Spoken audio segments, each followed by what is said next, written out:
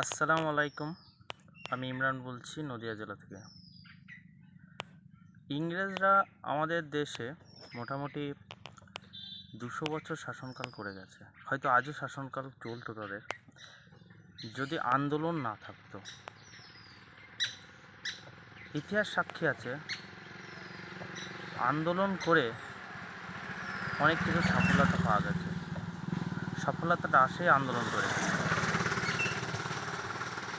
তা গত কিছুদিন আগে আমরা নদিয়া ডিপিএসসিতে গিয়েছিলাম। সেখানে স্যার বললেন যে তোরা 22 স্টেট, তোদের আন্দোলনটা তো ব্যাপক পরিমাণে ছাপ পড়েছে। তা আমাদের ছাপ পড়াটা প্রধান লক্ষ্য নয়, আমাদের লক্ষ্য পূরণটাই হলো স্বপ্ন। আর আমাদের এই লক্ষ্য পূরণ করতে গেলে আন্দোলনে নামতে হবে, যেটা 24শে সেপ্টেম্বর একটা আন্দোলনের ডাক দেওয়া হয়েছে কলকাতাতে। আর এই আন্দোলন তখনই সফল হবে যদি লোক সংখ্যা বাড়ে। লোক সংখ্যা যদি বাড়ে তবেই চুপ কর। লোক সংখ্যা যদি বাড়ে তবেই আমাদের আন্দোলন সফলতা পাবে।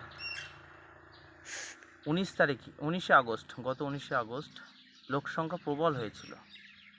গত 11ই সেপ্টেম্বর লোক সংখ্যা সে তুলনায় কম হয়েছিল, কিন্তু সক্রিয়তা ছিল প্রচুর, কনফিডেন্স লেভেল ছিল প্রচুর।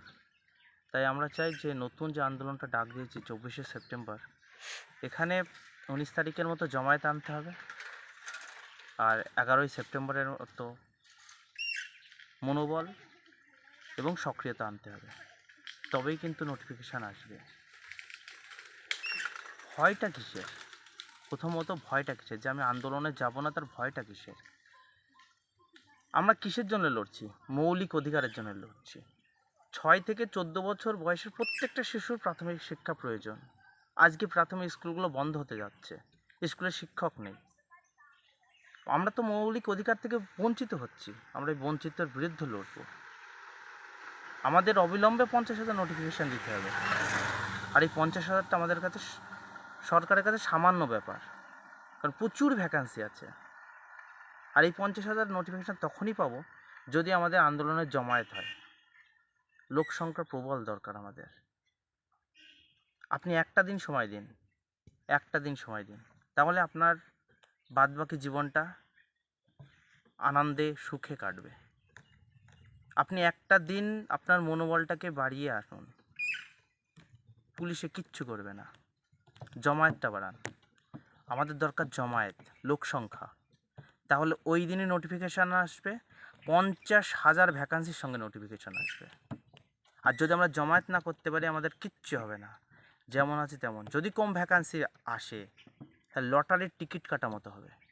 হয়তো আমারও চাকরি হতে পারে, হয়তো আপনারও হতে পারে, আবার আমারও না হতে পারে, আপনারও না হতে পারে। তাই এবার আপনি ম্যাচিওর মানুষ, আপনি বুঝুন যে একটা দিন যদি আমি যাই, আপনার কোনো ক্ষতি হবে না। একটা দিন আসুন, লোক সংখ্যা বাড়ান। সামনে 24শে সেপ্টেম্বর, আসুন, লোক সংখ্যা বাড়ান এবং নিজের হকের লড়াইটা লড়ে যান। আত্মবিশ্বাসের সঙ্গে আসুন, যে যতক্ষণ না পর্যন্ত নোটিফিকেশান 50,000-এর সঙ্গে নোটিফিকেশান না দেবে, ততক্ষণ পর্যন্ত আমি ওখান থেকে উঠবো না। ওখানে আমরা বসে পড়ব। এটাই আমাদের মেন মোটিভ, আমাদের মেন লক্ষ্য এটা, যে 50,000-এর সঙ্গে আমাদের নোটিফিকেশান চাই। প্রাথমিক আমাদের 50,000-এর সঙ্গে নোটিফিকেশান চাই। এই মোটিভ থেকে আমরা এক পাও পিছু ফাটবো না।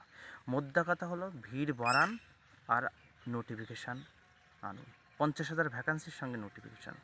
আমি বেশি বড় করব না ভিডিও, এই বলে আমার সংক্ষিপ্ত বক্তব্য শেষ করছি। দয়া করে আপনি আসুন, আপনারা আসুন, দয়া করে আসুন। আসলে তবেই নোটিফিকেশান আসবে, 50,000-এর সঙ্গে নোটিফিকেশান আসবে।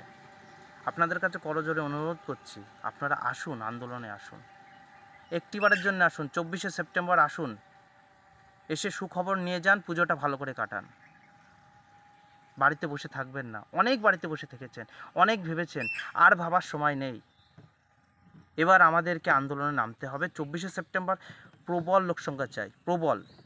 50,000 পাস করেছে, 52,000 পাস করেছে, 52,000-এর লোকসংখ্যা চাই, 100% লোকসংখ্যা চাই। কোনো এক্সকিউজ, কোনো বাহানা চলবে না। কিন্তু আপনাদের আসতেই হবে। কিন্তু আপনাদের আসতেই হবে, আপনাদের আসাটা জরুরি। আপনার লড়াই আসুন, কিন্তু আসুন, প্লিজ আসুন, প্লিজ 24শে সেপ্টেম্বর আপনারা প্লিজ আসুন। এই বলে আমি আমার বক্তব্য শেষ করছি। আমি ইমরান, নদিয়া জেলা থেকে বলছি।